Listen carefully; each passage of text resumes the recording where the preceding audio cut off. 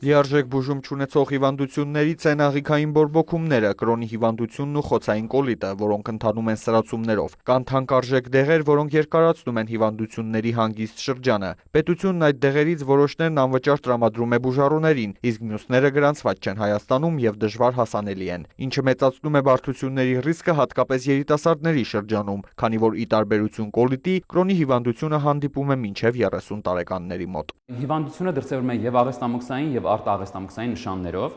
Աղեստամոքսային նշաններն են ցավը, սպայսիկ բնույթի որովայնի շրջանում, լուծը, փորկապությունը, ռեկտալ արյունահոսությունները, կեղծ կանչերը, ոչ աղիքների, ոչ լրիվ դատարկման զգացումը,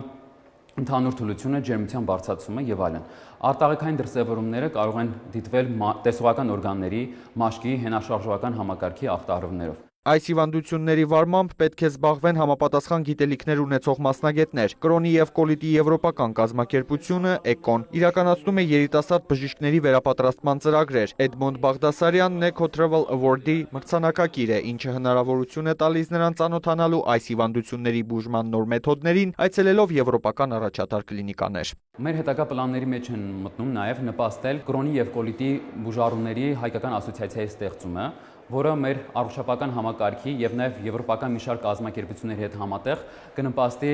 առողջապահական համակարգի որակի բարելավմանը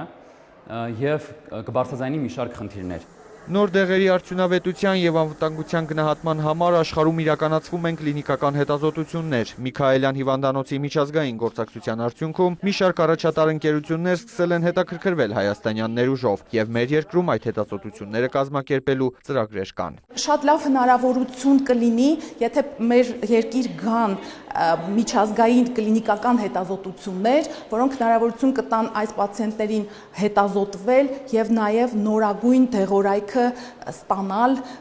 մասնակցելով դրանց էֆեկտիվության հետազոտմանը։ Երևանում մայիսի 2-ին անցկացվելու է աշխատաժողով նվիրված աղիքների բորբոքային հիվանդություններին։ Ասում են, սա եւս մեկ հաղթանակ է։ Հայաստանն ավելի խոր կներգրավվի այս հիվանդությունների դեմ պայքարի եվրոպական ծրագրերին։ Արամ Արանդյան, Արման Թովմասյան, լուրեր։